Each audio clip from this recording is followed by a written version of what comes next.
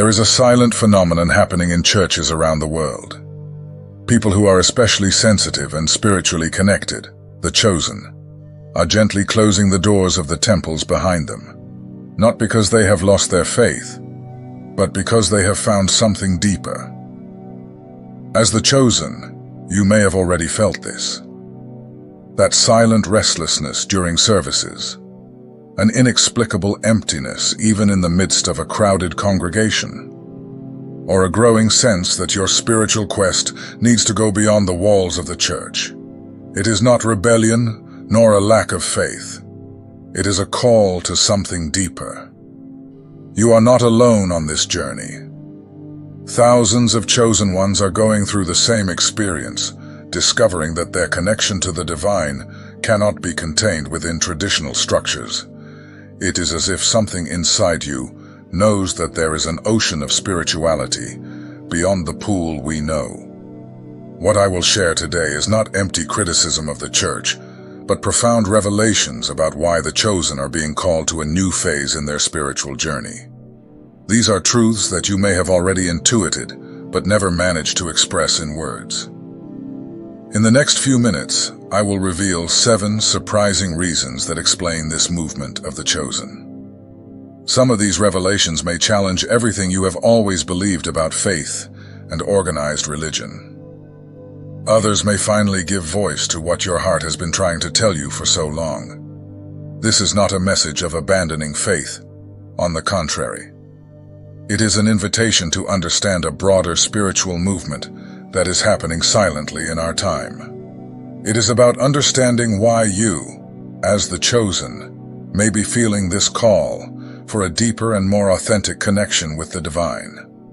If you have ever questioned your relationship with the church, if you have felt that your spiritual quest needs to go beyond the traditional, this video was made especially for you. Activate the notification bell and prepare for a journey of discoveries that goes far beyond conventional religion, because this is just the first of many truths that need to be revealed to the chosen in this time of great spiritual awakening.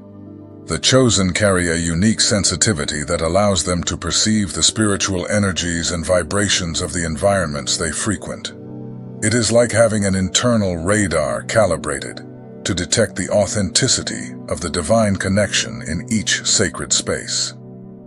When a chosen one enters a church, their perception goes far beyond the physical appearances or the grandeur of the temple. They can feel when the environment has lost its spiritual essence, when religious practices have become mechanical and empty of real meaning.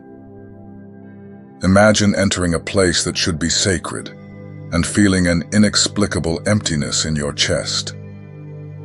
It is a sensation that many chosen ones know well, that subtle discomfort that whispers that something important is missing, even when everything seems perfect on the surface. This disconnection is not a sign of weakness in faith or a distancing from God. In fact, it is quite the opposite. It is an indicator of the deep spiritual connection that the chosen maintain with the divine. They can distinguish when religious practices become merely empty rituals, devoid of their true sacred essence.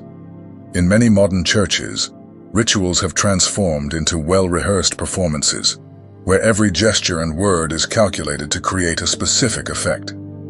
The chosen perceive when these practices become more theatrical than spiritual, when form outweighs essence.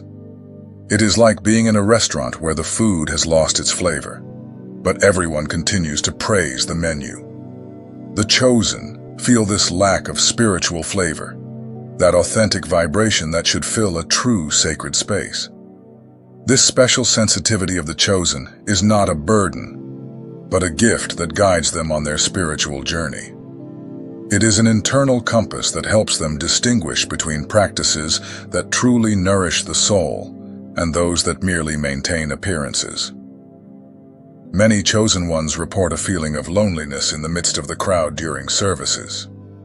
While others seem satisfied with established practices, they feel a growing emptiness, an inner calling for a deeper and more meaningful connection with the divine. Churches that have become centers of spiritual entertainment, focused more on numbers and appearances than on true inner transformation, create a particularly challenging environment for the chosen. It is like trying to feed on artificial food when your being longs for true nourishment.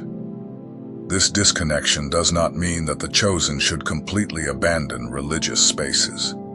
It is a sign to seek or create environments where the true spiritual essence is still preserved, where the connection with the divine is genuine and profound.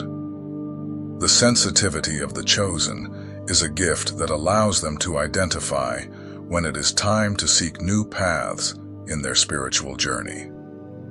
It is a natural ability to distinguish between practices that truly elevate the spirit and those that merely maintain empty traditions. For the chosen, true spiritual connection goes far beyond rituals and traditions.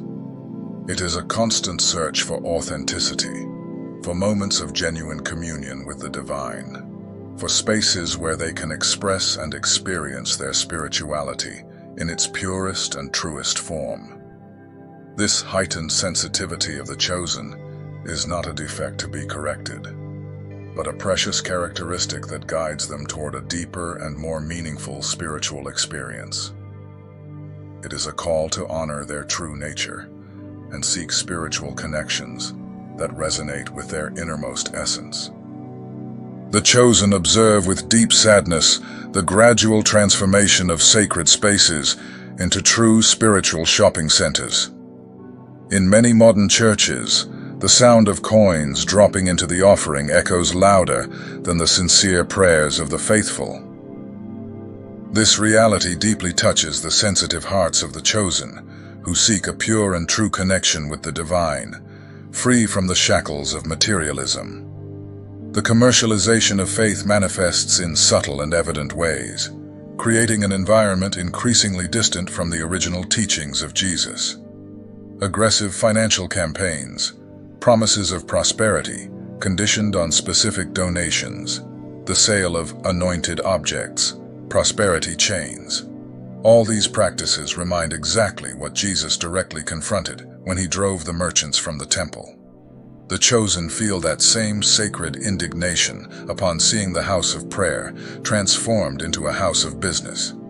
The true gospel speaks of inner transformation, love for one another, simplicity, and humility. When a church begins to value the digits of offerings more than the spiritual growth of its members, the chosen perceive a fundamental deviation from the sacred path. This distortion of the original message causes profound discomfort in their sensitive souls. The ostentation of some religious leaders stands in stark contrast to the message of simplicity taught by Jesus. Luxurious cars, mansions, expensive clothing, private jets, external signs that seem to shout louder than the words of humility preached from the pulpit. The chosen feel this contradiction deep in their souls, recognizing the distance between what is preached and what is practiced. Generosity, which should be a spontaneous act born of love, transforms into a moral obligation in the hands of leaders who manipulate the scriptures for financial purposes. Give to receive becomes the new law, replacing the give out of love that Jesus taught. This distortion causes deep discomfort in the chosen, who understand the true essence of Christian generosity. The words of Jesus in Matthew 6:24 resonate with special force for the chosen. You cannot serve both God and money. They see this truth manifest daily when churches prioritize grand constructions over helping the needy, when marketing replaces the genuine preaching of the gospel, when numbers and financial goals become more important than the spiritual well-being of the faithful. The commerce of faith creates an invisible barrier between the faithful and their spiritual quest. When every blessing seems to have a price, when every prayer needs to be sown with money, when titles and positions in the church are sold as commodities, the chosen feel that the true purpose of the church has been completely lost amid commercial transactions. This rampant commercialization of spirituality deeply wounds the chosen, who yearn for a pure and direct connection with the divine. They seek spaces where they can worship in spirit and truth, without the constant pressure for financial contributions, without the need to buy blessings or divine favors. The decision to distance themselves from these environments is not taken lightly by the chosen. It is a movement to preserve their own faith, a search for spaces where the sacred has no price, where the divine presence is not marketed as merchandise on a shelf. It is a painful but necessary choice to keep the flame of true spirituality alive in their hearts. The chosen understand that true spiritual wealth cannot be bought or sold. They seek a genuine connection with the divine, based on love, simplicity, and true inner transformation. This quest often leads them to distance themselves from environments where money has become the center of attention, in favor of a more authentic and free spirituality. When Jesus confronted the Pharisees, he exposed a problem that persists to this day in modern churches: the overwhelming weight of human traditions over true spirituality. The chosen, with their unique sensitivity, clearly perceive this deviation from the original path of the gospel. In many current congregations, the rules have multiplied like a dense and suffocating web. Rigid dress codes, arbitrary prohibitions, complex rituals, a tangle of norms that has turned the freedom of the gospel into a spiritual prison. The chosen feel this weight with particular intensity. Human traditions have gradually been elevated to the status of divine commandments. Rules about physical appearance, specific times for prayer, correct ways of worship. Practices that Jesus never established, but have become more important than love for one another and genuine compassion. You leave the commandment of God and hold to the tradition of men. Mark 7:8. These words of Jesus resonate with special force in the hearts of the chosen. They watch with sadness as the simplicity of the gospel has been replaced by a complex system of empty rules and rituals. The weight of these traditions becomes particularly oppressive for the chosen, who feel intensely when a religious practice has lost its spiritual essence. It is like wearing clothing that no longer fits, uncomfortable, tight, limiting. Each rule without genuine spiritual purpose becomes a burden too heavy to bear. In many churches, questioning these traditions is seen as rebellion or a lack of faith. The chosen, however, understand that their questions arise from a deep yearning for pure truth and authentic freedom in Christ. They recognize that Jesus did not come to create a new religion full of rules, but to free people from religious shackles. True spirituality, as the chosen well know, flourishes in freedom. When a church becomes better known for its prohibitions than for its love, when people are judged more by their outward appearance than by their hearts, something is fundamentally wrong. This quest for spiritual freedom does not mean abandoning true divine principles. The chosen deeply understand the difference between the commandments of love established by God and the rules created by men to control other men. They long for an expression of faith that honors the essence of the gospel without getting lost in the maze of human traditions. The distancing of the chosen from these rule-dominated environments is not an act of rebellion, but a sincere search for true freedom in Christ. It is a movement guided by the Holy Spirit, leading them out of religious prisons towards spaces where they can breathe freely and experience God without the shackles of human traditions. The heart of Jesus' message has always been love. Love one another as I have loved you, a simple commandment that should be the hallmark of any Christian community. However, the chosen observe with sorrow how this fundamental principle has been lost amid increasingly cold and impersonal religious structures. In modern churches, what should be a refuge of love and acceptance has often transformed into an environment of social competition. People are ranked by their appearance, financial status, or position in the religious hierarchy.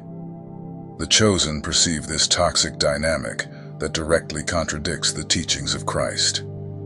Meetings that should be moments of genuine fellowship have often become stages for displays of status and power. Closed groups form, creating invisible yet powerful barriers. New members are welcomed with superficial smiles, but rarely manage to penetrate the already established inner circles. Judgment replaces understanding, and gossip takes the place of sincere dialogue. The chosen observe how personal problems, shared in moments of vulnerability, become the subject of hallway conversations. Trust, an essential element for a true community, is repeatedly broken. Instead of finding support in times of difficulty, many encounter condemnation disguised as spiritual advice. Phrases like, "You need to have more faith," or "This is a lack of prayer," are used as weapons, hurting those who genuinely seek help and understanding. The rigid hierarchy in many churches creates an environment where a person's worth is measured by their religious titles or responsibilities in the congregation. This structure goes against the example of Jesus, who washed the feet of his disciples and taught that the last would be first. The chosen feel deeply when love is replaced by rules of social conduct. They perceive the difference between mechanical gestures of courtesy and genuine demonstrations of Christian affection. The protocol hug during worship cannot replace the true mutual care that should exist among brothers in faith. Internal divisions, often based on minor doctrinal interpretations, create an environment of disunity that contradicts Jesus' prayer for unity among his followers. The chosen sadly see how discussions about secondary theological details separate people who should be united by the love of Christ. The absence of space for genuine vulnerability is particularly painful. In many congregations, there is constant pressure to maintain appearances, to always seem blessed and victorious. This mask of perfection hinders true connections and authentic emotional healing. The moments of fellowship after services, which should be opportunities to strengthen bonds, often turn into occasions for religious networking, where people seek connections based on self-interest rather than genuine love. For the chosen, this lack of authentic love is not just an organizational failure, but a fundamental contradiction to the gospel itself. Jesus said that his followers would be known by the love they demonstrate for one another. When that love is absent, something essential is lost. The decision to distance themselves from these environments comes from a place of spiritual self-preservation. The chosen recognize that they cannot flourish in an environment where love has been replaced by religious performance. They seek spaces where they can be authentic, vulnerable, and truly loved for who they are, not for what they appear to be. This quest for genuine fellowship is not an abandonment of faith, but an expression of it. It is a movement toward the essence of the gospel, a return to the simple and transformative love that Jesus demonstrated and taught. The chosen long for authentic relationships, where the love of Christ can flow freely, without the barriers of empty religiosity. The chosen carry a deep understanding that their connection with the divine transcends the walls of any temple. They feel a powerful inner calling to develop a direct and personal relationship with God, free from the limitations imposed by traditional religious structures. This quest for a direct connection does not arise from a spirit of rebellion, but from a genuine longing for a deeper experience with the sacred. The chosen recognize that, although religious leaders may offer guidance, the true essence of spirituality lies in the intimate communication between the soul and its creator. The word in James 4:8, "Draw near to God, and he will draw near to you," resonates with special force in the hearts of the chosen. This verse confirms a truth that they already feel intuitively. Access to the divine is available to all, without the need for human intermediaries. In their spiritual journey, the chosen discover that the most significant moments of connection with God often happen in intimate and personal spaces. It may be during a solitary walk in nature, in moments of silent meditation, or simply in the quiet of their own room. This understanding brings transformative freedom. The chosen realize that they do not need to rely on specific worship times or the approval of religious leaders to cultivate their spirituality. The divine presence is available at any moment, anywhere. The call for a direct connection also reveals a fundamental truth. Each person has a unique path with God. The chosen understand that ready-made formulas and standardized rituals do not always meet the specific needs of each soul in its quest for the divine. This independent journey does not mean spiritual isolation. The chosen maintain their ability to share experiences and grow alongside other sincere seekers. The difference is that these connections are based on genuine spiritual affinity, not on institutional obligations. The development of this direct relationship with God allows the chosen to experience a more authentic and personal faith. They learn to trust their own spiritual intuition and to recognize the divine voice within themselves, without constantly relying on external interpretations. This call for a direct connection is a divine invitation to a deeper and more meaningful experience. The chosen who respond to this call discover a dimension of spirituality that transcends the limitations of traditional religious structures, finding a freedom and fullness that only a direct relationship with God can provide. Religious hypocrisy is like a poison that contaminates the purity of faith. The chosen, with their sharp spiritual sensitivity, quickly perceive when actions do not match the words preached from the pulpit. This discrepancy between speech and practice causes deep pain in their sensitive souls. In many congregations, image has become more important than essence. Religious leaders preach about humility while displaying symbols of status and wealth. They talk about unconditional love, but maintain an unwritten list of undesirable people. They teach about forgiveness, but cultivate resentments and power struggles behind the scenes. Jesus was particularly severe with this type of behavior. He called the Pharisees whitewashed tombs, beautiful on the outside, but full of decay on the inside. The chosen feel that same indignation when they observe religious leaders who care more about appearances than about genuine heart transformation. Incoherence manifests in various ways. Sermons on simplicity delivered in luxurious temples. Messages about unity, while groups are subtly excluded. Speeches about transparency amid decisions made behind closed doors. Each contradiction is a wound in the souls of the chosen. This institutionalized hypocrisy creates a toxic environment where authenticity finds no space to flourish. The chosen observe how church members are forced to maintain appearances, hiding their real struggles for fear of judgment. The mask of religious perfection stifles the possibility of true spiritual growth. The contrast between the pure gospel of Jesus and the hypocritical practices of some churches becomes increasingly evident to the chosen. They see how the simple and transformative message of Christ has been replaced by elaborate religious theater, where performance matters more than authenticity. Disappointment with religious hypocrisy is not just a matter of personal preference for the chosen. It is a natural reaction from spirits attuned to divine truth. They recognize that they cannot grow spiritually in an environment where truth is constantly sacrificed on the altar of appearances. The initial loneliness of this process is like a retreat in the desert, a necessary time of refinement and preparation. It is during this period that the chosen develop a deeper and more personal connection with God, free from the distractions and expectations imposed by religious systems.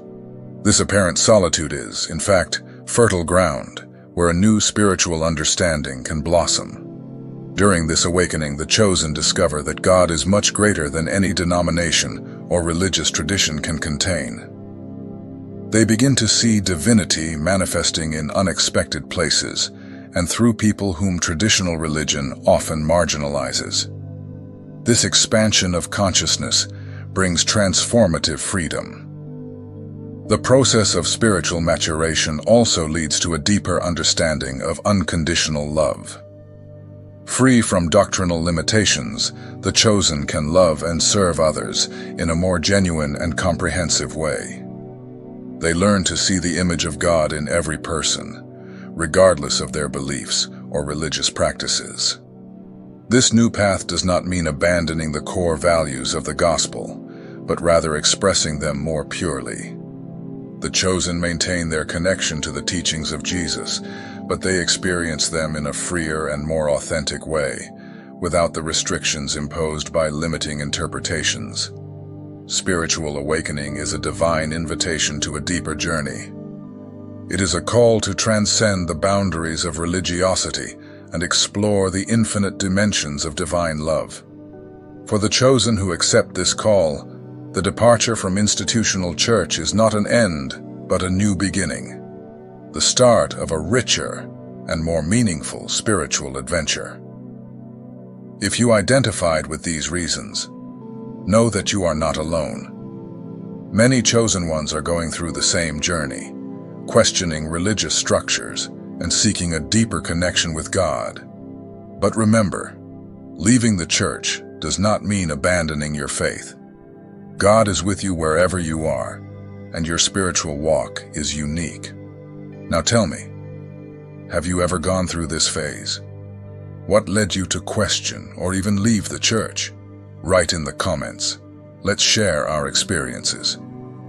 If this message resonated with you, like the video, share it with someone who needs to hear this, and subscribe to the channel for more reflections on the journey of the chosen ones. Remember, God is everywhere, and He will always speak to your heart, no matter where you are.